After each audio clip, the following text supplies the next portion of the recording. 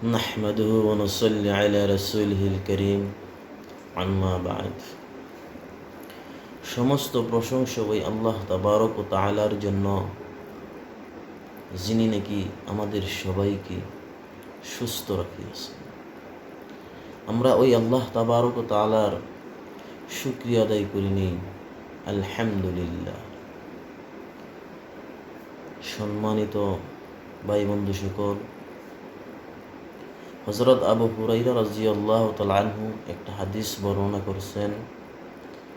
হাদিসটি হলো আন আবি হুরায়রা রাদিয়াল্লাহু আনহু قال قال رسول الله صلى الله عليه وسلم من قال لا إله إلا الله نفعته يوم من دهره يصيبه قبل ذلك ما أصابه।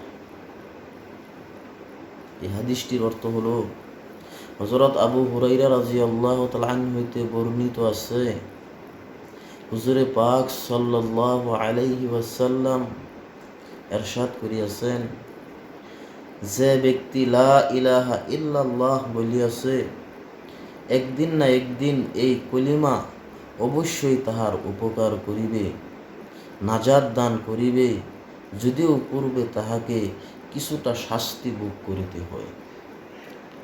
ভাই মাহতারাম, দুস্থ বুজুর্গ, যদি কোনো ব্যক্তি ইয়াকিনের সাথে এই কলিমা পাঠ করে, লা ইলাহা ইল্লাল্লাহ মুহাম্মাদুর রাসূলুল্লাহ, নিশ্চয়ই একদিন না একদিন ওই ব্যক্তি আল্লাহ তাবারক তাআলা জান্নাতে প্রবেশ করাবে।